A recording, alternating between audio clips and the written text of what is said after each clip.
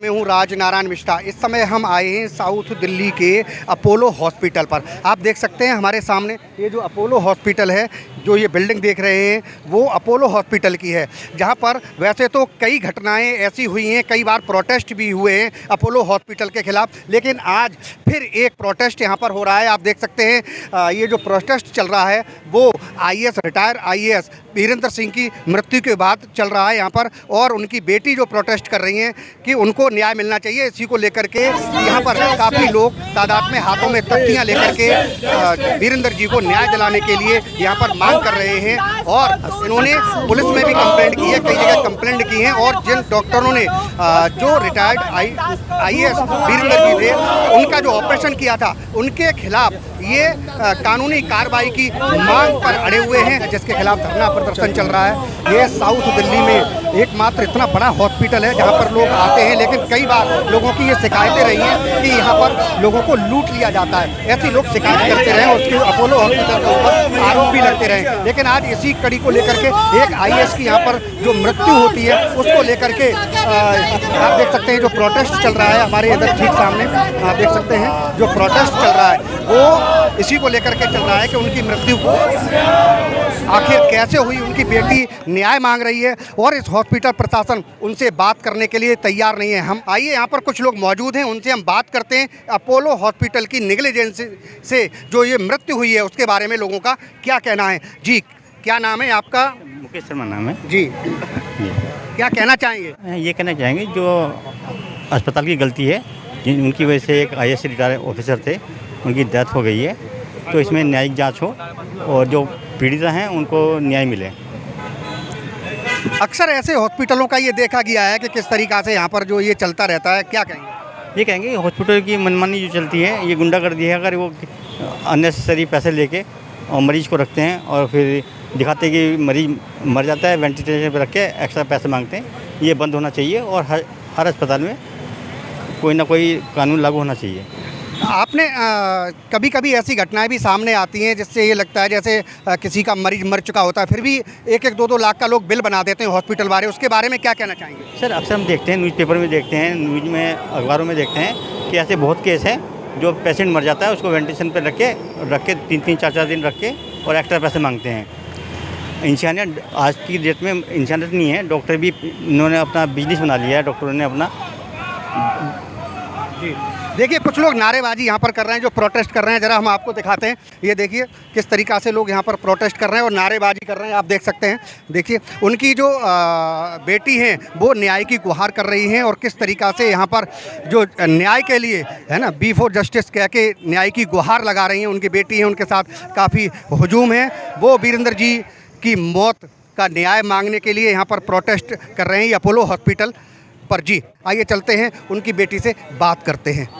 मेरा नाम निशी सिंह है और मैं प्रोटेस्ट अपने पिता को न्याय दिलाने के लिए कर रही हूँ, जिनकी असमय मृत्यु 23 मई को इलाज के दौरान हुई थी। वो अपोलो हॉस्पिटल इलाज के लिए, कंसल्टेशन के लिए बल्कि आए थे। बाबा नंद दास यहाँ के सीनियर कार्डियोलॉजिस्ट, कार्डियो सर्जन माने जाते हैं, और हम यही सोचकर आए थे कि हम सही हाथों में, सेफ हैंड्स में अपने पिता को ले जा रहे हैं। कंसल्टेशन के दौरान हर बार हमने 4 बार, ऑपरेशन के पहले हमने 4 बार कंसल्टेशन उनसे किया, डॉक्टर बाबा नंद दास से, और हर बार हमें इस तरह से कन्विंस किया गया कि हम ऑपरेशन कराने पर मजबूर हो गए, ये सोच के कि हमारे पिता की स्थिति में शायद सुधार हो सके।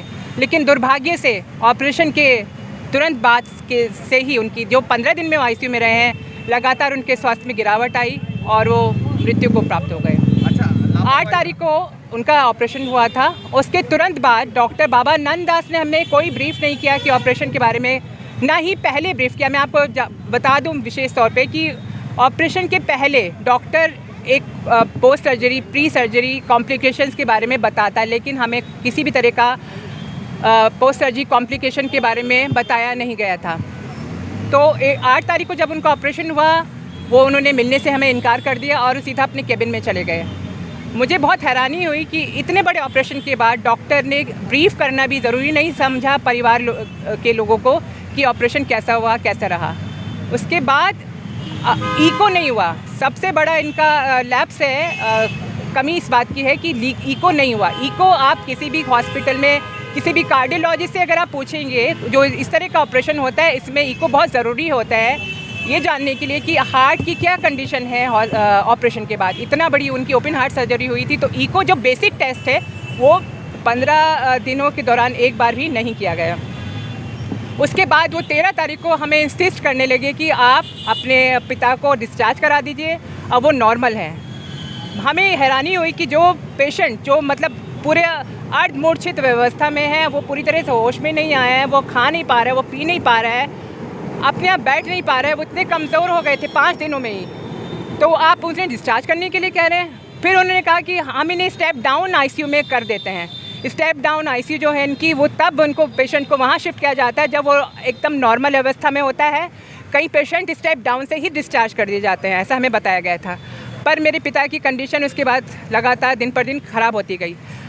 उन्हें फ्राइडे को वहाँ पे स्टेप डाउन आईसीयू में शिफ्ट किया गया और हमें 1-2 दिन बाद ही बताया गया कि वो क्रिटिकल हैं। मैं जानना चाह रही हूँ कि ऐसी क्या बात हो गई थी एक दिन में ही कि वो इतने क्रिटिकल हो गए। इसका मतलब बाबा नंददास को पता था कि उन्होंने ऑपरेशन में कुछ गड़बड़ किया है, जिसकी वजह से वो इको नहीं करा रहे थे और जिसकी वजह से वो लगातार हमें इंसिस्ट कर रहे थे कि जल्दी उनको डिस्चार्ज किया जाए, ताकि वो हमारे ऊपर पूरा ब्लेम डाल सकें कि आप घर ले गए थे, वहीं पे कुछ प्रॉब्लम हुआ होगा। कितना खर्चा आया था और क्या थाने में कंप्लेन दी है या? जी, हमने सरिता विहार थाने में कंप्लेन दी है और सर्जरी में लगभग 20 लाख का खर्चा हुआ है, जिसमें कि सिर्फ सर्जरी का 15-16 लाख बिल था और बाकी आईसीयू का था। अभी आप क्या मांग करते हैं?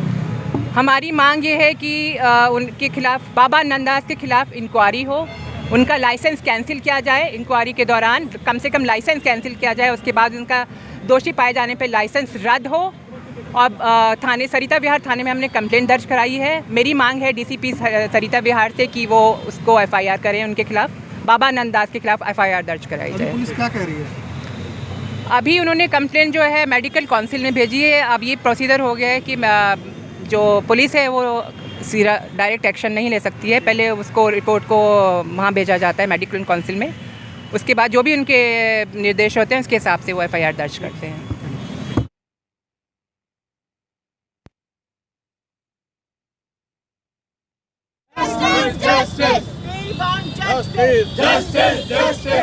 अपोलो वालों होश में आओ, बाबा नंददास को दूर भगाओ, दूर भगाओ, दूर भगाओ। अपोलो वालों हॉस्पिटल वालों होश में आओ, बाबा नंददास को दूर भगाओ, दूर भगाओ, दूर भगाओ।